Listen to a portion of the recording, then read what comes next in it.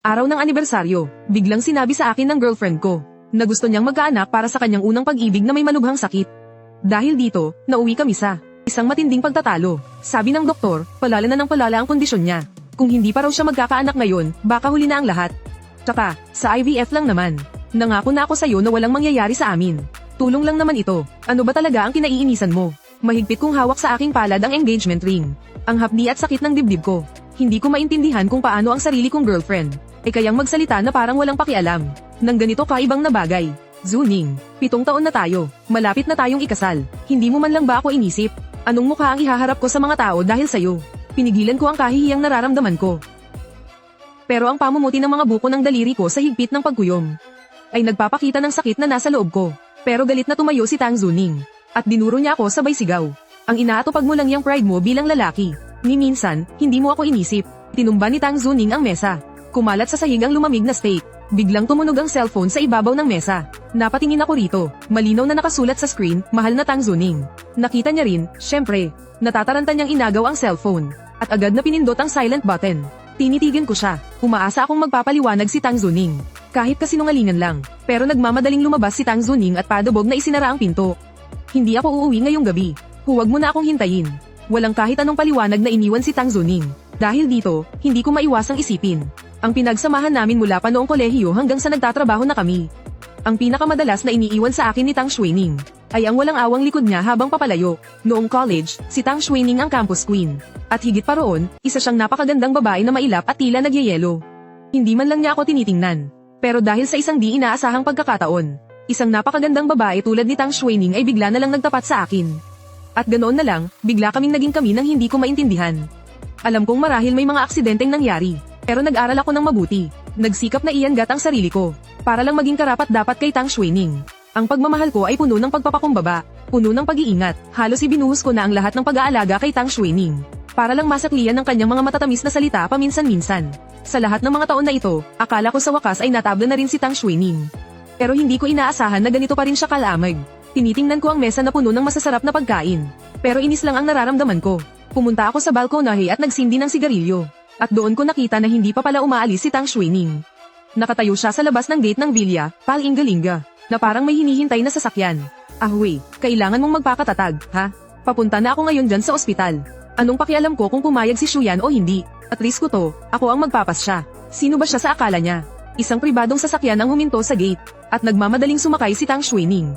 Kitang-kita ko ang pag-aalala at pagmamadali sa mukha niya. Malinaw na kung ano lang ako sa kanya.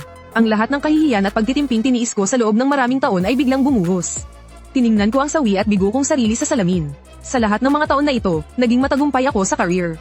Pero sa pag-ibig, para akong naligaw sa isang makapal na hamog. Hindi ako makaalis-alis. Ang gusto ko lang naman ay isang ordinaryong pagsasama. Isang kasintahan na ako ang laman ng puso. Pero halatang wala itong halaga para kay Tang Shuining. Ang nasa isip niya lang ay ang dati niyang pinakamamahal. Si Ahwei na gusto pa niyang anakan. Napatawa na lang ako ng mapakla. Kung nagagawa nga ni Tang Shuining ang ganoong kalokohan, bakit ako hindi? Kinuha ko ang cellphone ko. At mula sa memo app ko, hinalungkat ko ang isang email address na matagal nang nakatago. Nagsulat ako ng isang mensahe. Yung pinag-usapan ba natin noon, tuloy pa rin ba? 28 na ako at single pa rin. Kapag hindi ka pakasal, papakasalan kita. Kaya mo bang bumalik dito sa bansa? Agad kong pinindot ang send. Pagkatapos kong matigilan sandali, napatawa na lang ako sa sarili ko. 10 taon na kaming hindi nag-uusap ng babaeng yun. Ano ba itong kabaliwan na pinasok ko? Basta-basta ko na lang siyang yayayang magpakasal. Malamang nakalimutan na niya kung anong itsura ko. Pero sa sumunod na segundo, pumilo ang cellphone ko. May reply sa email. Isang salita lang. Nang makita ko ang email, biglang kumirat ang puso ko. Bumalik ang isang pamilyar na pakiramdam. Ganoon pa rin si Lin Miao Miao, kung anong maisip, gagawin niya. Childhood sweethearts kami. Mula pagkabata, away-bati na kami. Lagi kaming nagtatalo hanggang sa mamula ang mga mukha namin. Nagkaroon kami ng mga di malilimutang alaala noong kabataan namin. Pero pagkatapos ng isang malaking away, nandayuhan ang buong pamilya ni Lin Miao Miao. Hindi ko lang inasahan na naaalala pa rin pala ni Lin Miao Miao ang pangakong yun. At agad-agad, isang international call ang pumutol sa malalim kong pag-iisip. Shuyan, uuwi ako pagkatapos ng isang buwan. Pagkita tayo sa civil registry. Huwag kang aatras, ha? Sa isang iglap, pakiramdam ko. Matagal nang hinihintay ni Lin Miao Miao ang sandaling ito. Sige, anong gusto mo? Singsing na diamante, kotse, o note, at saka may engagement party pa. Ang dami kong sinabi ng isang bagsakan. 7 taon na kaming magkasama ni Tang Zuning. Lagi kong iniisip na aabot kami sa puntong ito. Kaya marami na rin akong naihanda. Sadyang masyado lang talagang mapagmataas si Tang Zuning. Sa tuwing magsasalita siya, palagi niyang sinasabing sa susunod na. Dahil doon, lahat ng paghahanda ko ay nauwi sa wala. Ang hindi ko lang inaasahan ay, diretsahang tumanggi si Lin Miao Miao sa kabilang linya. Ayoko ng lahat ng yan. Pero alam mo naman, mula pagkabata, dominante na talaga ako. Gusto ko, mula katawan hanggang puso, sa akin ka. Hindi yung napipilitan ka lang. Naiintindihan mo ba? Opo, naintindihan ko. Aking munting Reyna, anong tinawag mo sa akin? Opo, asawa ko. Dahil kasal naman ito, hindi ko naisip na gawin lang ito ng basta-basta. Gusto kong ibigay sa kanya ang lahat ng nararapat. Habang tinitingnan ko ang friend request na lumitaw sa WeChat, ang note ni Lin Miao Miao, dumating na ang iyong kamahal-maalang asawa. Napangiti ako. Tang Zuning, nagkaanak ka sa iba. Kaya ako naman, nagpakasal din sa iba. Patas lang naman, di ba? Isang linggo nang hindi umuwi si Tang Zuning. Hindi man lang siya tumawag sa akin. At gabi-gabi na siyang hindi umuwi. Kung dati lang ito nangyari, malamang nabaliw na ako sa pag-aalala. Siguro matagal na akong pumunta sa ospital para gumawa ng eksena kay Tang Zuning. Pero ngayon, hindi na ako nagtanong. Sa halip, tahimik kong inimpake ang lahat ng gamit ko. At nagpost ako ng isang simpleng pahayag sa aking social media. Maayos na paghihiwalay. May ilang kaibigan din na nakakaalam na magpo-propose ako.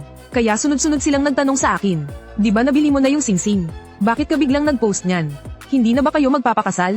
Napatawa na lang ako ng mapakla. Ang bigat at pait lang ang naramdaman ko sa aking puso. Itong singsing na to, personal ko pang dinisenyo. Inabot pa ako ng buong kalahating taon para lang makuha to. 10 walang kapintasang pink na diamante, na nakapalibot sa isang 5 carat na diamond ring. Sumisimbolo sa wagas at tapat na pag-ibig. Pero habang ibinibigay ko ang buong puso ko, ano naman ang ginagawa ni Tang Xuening? Nag-aalala para sa ibang lalaki. Dahil hindi naman mapapalambot ang puso ng babaeng to. Ayoko na ring magmahal pa.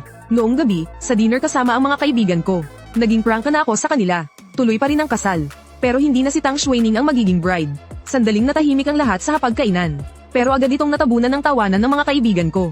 Halos ibigay mo na ang buhay mo para kay Tang Xuening. Tapos sasabihin mong hindi mo na siya mahal, basta-basta na lang.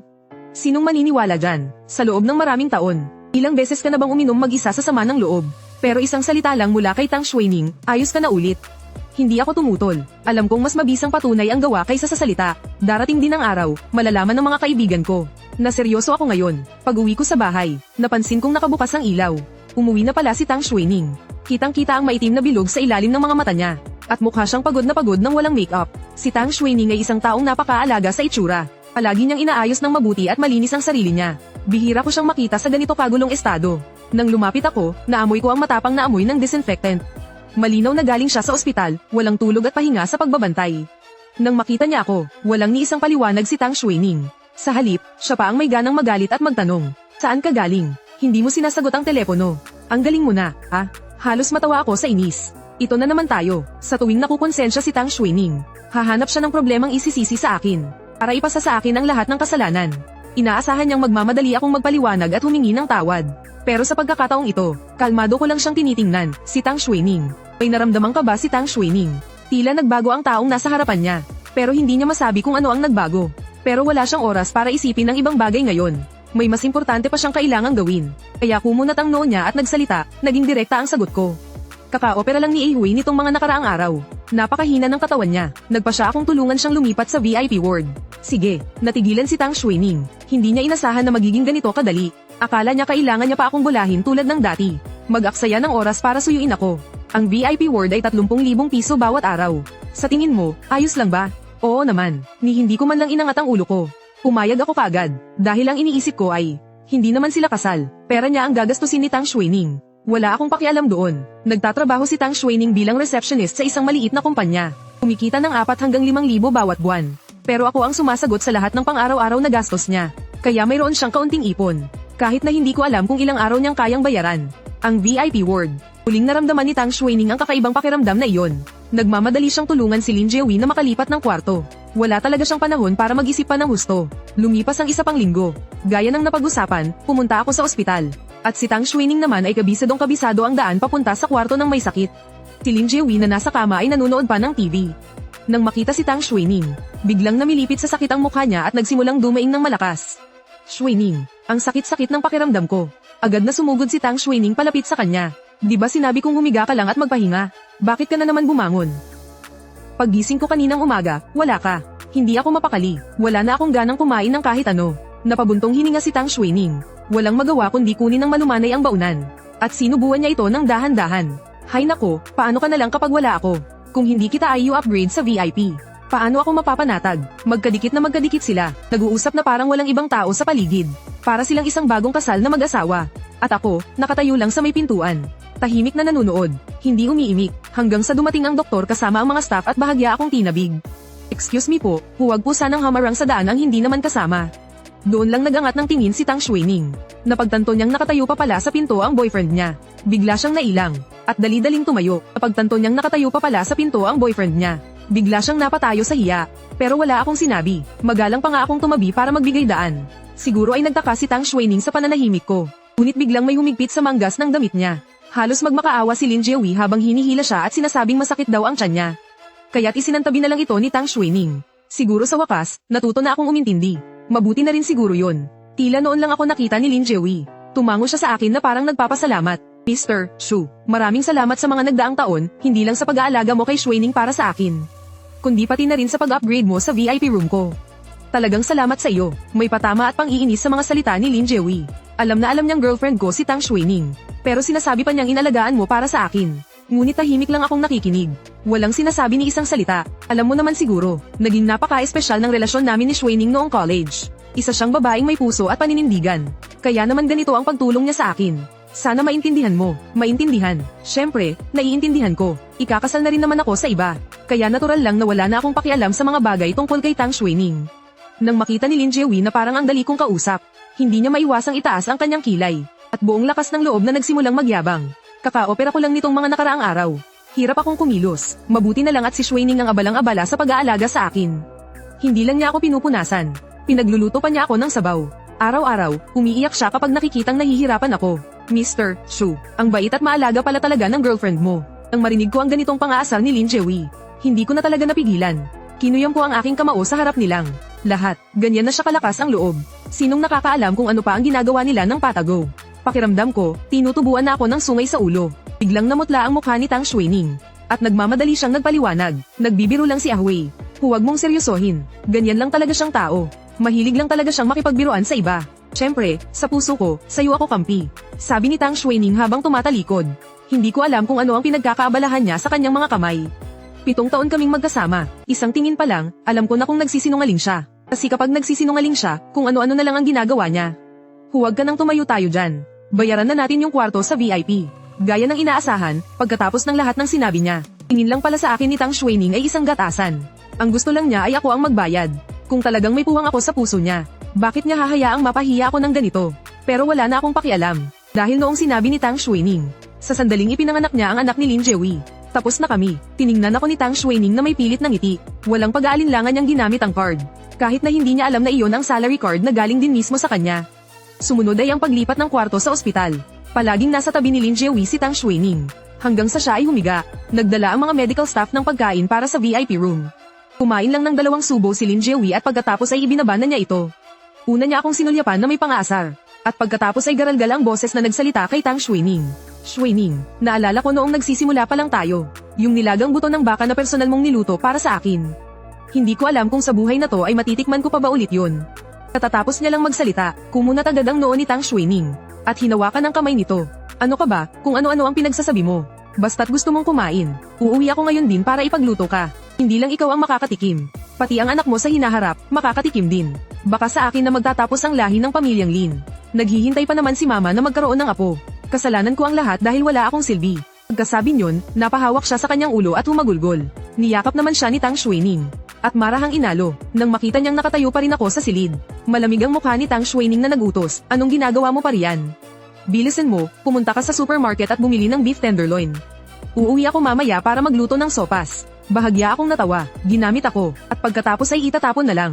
Ganyan na talaga ang ugali ni Tang Shuining. Tumango ako, pumunta ako sa underground parking at pinaandar ang kotse. Nag-isip ako sandali, hindi ako umuwi, at hindi rin ako pumunta sa supermarket. Sa halip, nagmaneho ako papunta sa kumpanya. Para rating ko lang sa kumpanya. Kaya nakipagkita ako sa business partner kong si Mosin Ian. Wala akong dalang payong, kaya medyo nabasa ako ng ulan. Basang-basa ako, pakiramdam ko'y nahihilo ako. Medyo nagulat si Mosin Ian. Kasi ako, sinabi ko kamakailan na maghahanda na akong mag-propose. Kaya hindi na ako madalas pupunta sa kumpanya. Uminom ako ng mainit na tubig. Gulat na gulat si Mosin Ian sa sinabi ko. Magre-resign na ako, magre-resign. Maayos naman ang trabaho mo bilang executive president. Saan ka naman pupunta? Si Miss Tang, humihingi ng isang villa bilang prenuptial property. At humihingi pa ng dowry na 99,999,000.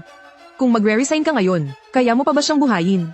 Pero sa totoo lang, kung iba na lang ang papakasalan mo, pwede ka nang mag-retire ngayon. Hindi ako aalis, lilipat lang ako sa behind the scenes. May mga taong hindi karapat-dapat sa ganitong pagsisikap ko sa trabaho. Pagkatapos kong i-turn over ang lahat ng trabaho, umuwi na ako. Dala-dala ni Tang Shuining ang mga bag mula sa grocery. Galit na galit ang mukha niya. Inutusan kitang mamalengke. Saan ka ba nanggaling? Buong araw kang nakasimangot at ang hilig mong problemayan ang maliliit na bagay. Anong klaseng lalaki ka ba? Hindi ko siya pinansin. Sa halip, kinuha ko ang nakahanda ko ng malita. May business trip ka. Nang makita niyang nag-iimpake ako, natigilan si Tang Shuining. Hindi, may business adjustment sa kumpanya. Doon muna ako sa office titira ng ilang araw. Kalmado ang tono ko. Agad akong nakahanap ng palusot. Alam ni Tang Shuining na busy ako sa trabaho. Normal lang ang mag-business trip, mag-overnight, o tumira sa office. Dati naman, wala siyang pakialam. Pero hindi ko alam kung bakit. Parang ang kakaiba niya ngayon. Ilang araw ka doon. Gusto mo bang tulungan kitang mag-ayos ng mga damit mo? Sa biglaang pagiging mabait ni Tang Shuining. Hindi lang ako hindi naantig. Bagkus ay nakaramdam pa ako ng kaunting pagkailang.